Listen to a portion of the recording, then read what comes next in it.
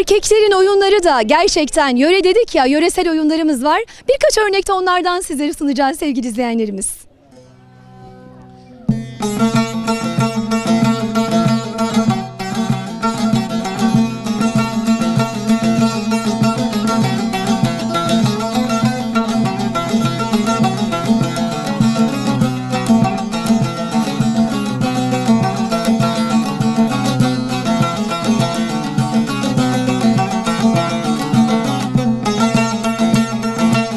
Yağ içinde yumurtayı haşlamam, taze somun olmayınca başlamam.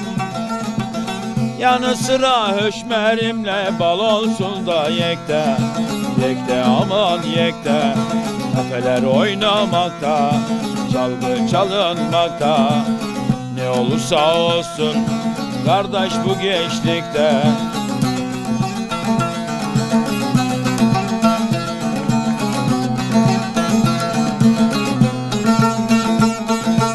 Karşıdan gösterdin o beyaz teni, çileden çıkardın sürmelim beni. Dünya düşman olsa severim seni de yekte, yekte aman yekte. Tepeler oynamakta, çalgı çalınmakta. Ne olursa olsun kardeş şu gençlikte.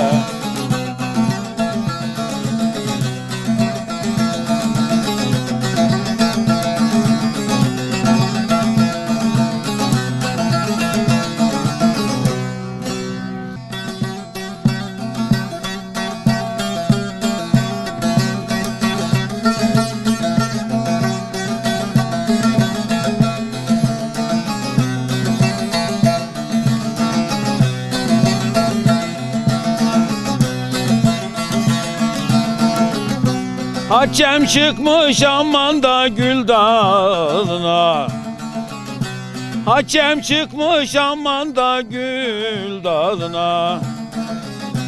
Güller sokmuş gerdanına.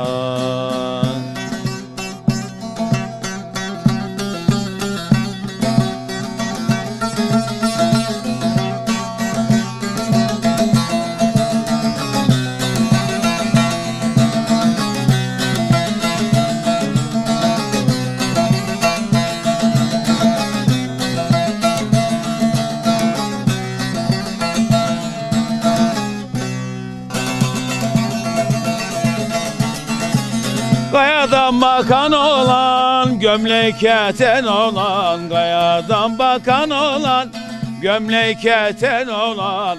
Gece gelme gündüz gel, horozdan korkan olan. Aman şeker olan, yandım bekar olan.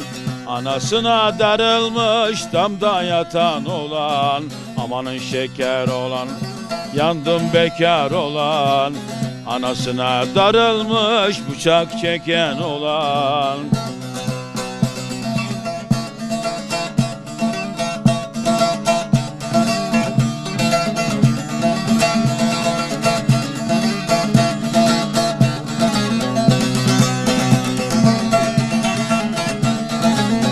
Rafa koydum kutu, herkes yarıyla mutlu.